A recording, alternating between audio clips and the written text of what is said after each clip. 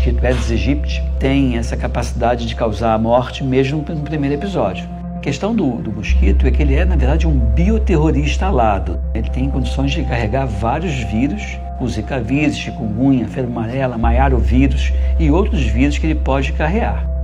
É uma doença que vem causando grande impacto para a saúde pública do Brasil e vai ganhar o mundo se nada for feito.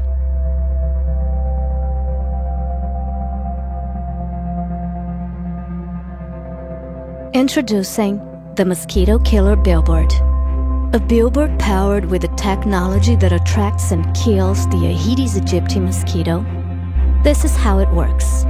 A device that sprays in the air a lactic acid solution mixed with CO2, reproducing human odor, sweat, and breath.